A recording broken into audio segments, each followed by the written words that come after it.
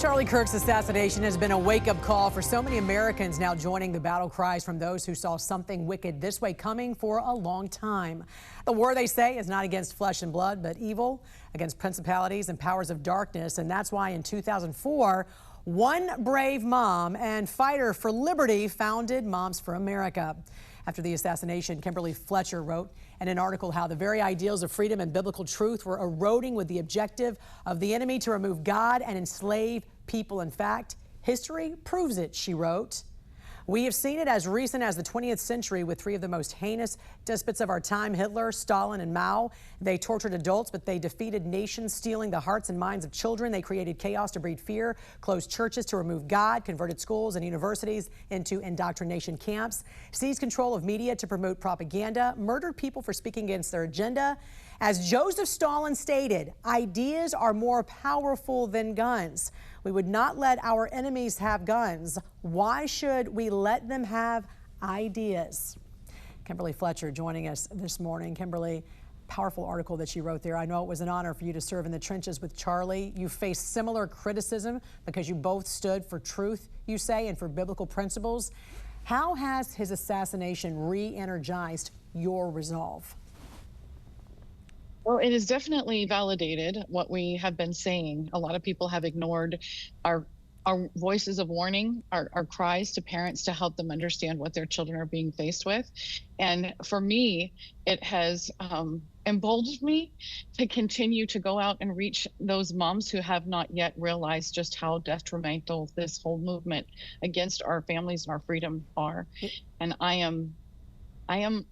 I guess I would say I'm with Erica. You have no idea what you have woken up and what you have unleashed, the Mothers of America. In your article, you mentioned if the devil had a religion, it would be communism. How are our schools and universities promoting that when you look at the histories of Stalin, Hitler, and Mao? Well, in a lot of the school books that we have been reading, it obviously promotes division.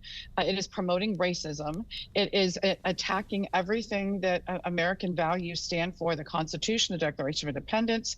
They throw out words like patriarchy and capitalism is bad. And it's all of those same things that Hitler, Stalin, and Mao did. But they've even gone so far when you look in some of the curriculum where they're encouraging students to call each other comrade and to call their teachers comrade.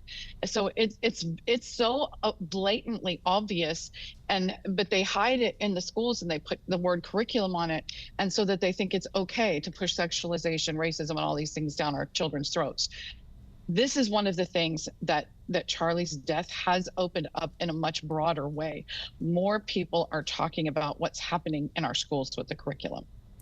And something I thought was very powerful in your article was you talked about going to Europe and going to Auschwitz and how emotional it was seeing that.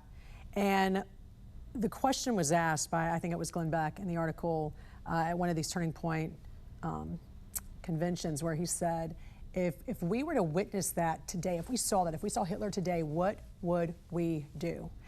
And he said, you know what you would do? Exactly what you're doing right now. Exactly what you're doing right now. So how do we effectively communicate that?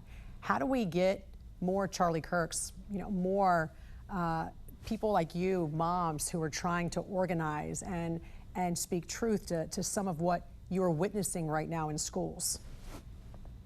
I think that Charlie's death, the way that he was murdered so publicly, it has opened up all kinds of doors for conversations that we didn't have before. The rising generation, Gen Z as we call them, they're asking a lot of questions. And a lot of people older generations have been kind of rolling their eyes going, how could they not know this? They don't know because our schools aren't teaching the Constitution. They aren't teaching what it means to be an American or why it's worth fighting for, why we're unique in all the world. And there are thousands and thousands of people, not just in America, but across the globe, mothers and young kids who are going, holy cow, we want to be a part of this movement. We thought we were alone, and now we know we aren't. So I think that's how we're going to reach Gen Z, but don't dismiss them. Don't roll your eyes and think, how could they not know this? Answer their questions because they're sincere. And by the way, Gen Z is a very powerful generation. What happened to Charlie and what his whole goal was to reach those future generations? Let's not forget that either. You know, the millennial generation, they were thrown into this whole um, virtual world, and then they had to figure out how to navigate through it. Gen Z was born into it, Yep. and I think that is the reason why they have so many questions. I think the millennial generation was perfectly fine living in their mom and dad's basement. Gen Z wants out of it and can't afford it. And Charlie Kirk, when all these people that had no idea who he was, especially the young kids, they're listening to him now because his voice is everywhere. Yeah. And they're watching the things that he said at these different events where he was speaking, and they're like, he makes a lot of sense. And I really like what he's saying. That if there's anything good that come out of this horrible tragedy, that would be it. His voice has been magnified I think you monumentally. Yeah, and I think you hit on something very important too, because this is the first generation as well where there is no face-to-face communication, which is exactly what Charlie was trying to promote. That you couldn't hide behind a screen, you couldn't hide behind your phone. This whole virtual world that's out there, even with the gamers. You know, we talked about Discord and the gaming app. That all of a sudden now you are behind this app and you're communicating not face-to-face, which is where violence often rises when you stop talking, when the dialogue stops. And that's a huge problem, obviously, for that generation. Are you hopeful we're at a turning point in our country where you're gonna see more people rise up, more Gen Zers rise up, perhaps?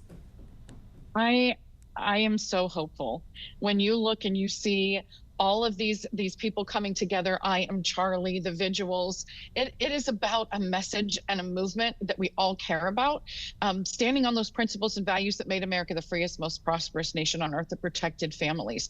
And what made Charlie's movement so unique, what makes Moms for America so unique, is that we are going to people. He went out to the college campuses. He talked to the kids directly. We're going into the communities, talking to moms directly. That's what they're hungering for. You can have your fake friends in the virtual world, but if you want to really make a difference, get to know your neighbor and start talking to them. Founder and president of Moms for America, Kim Fletcher, pleasure talking to you this morning. Thanks for joining us.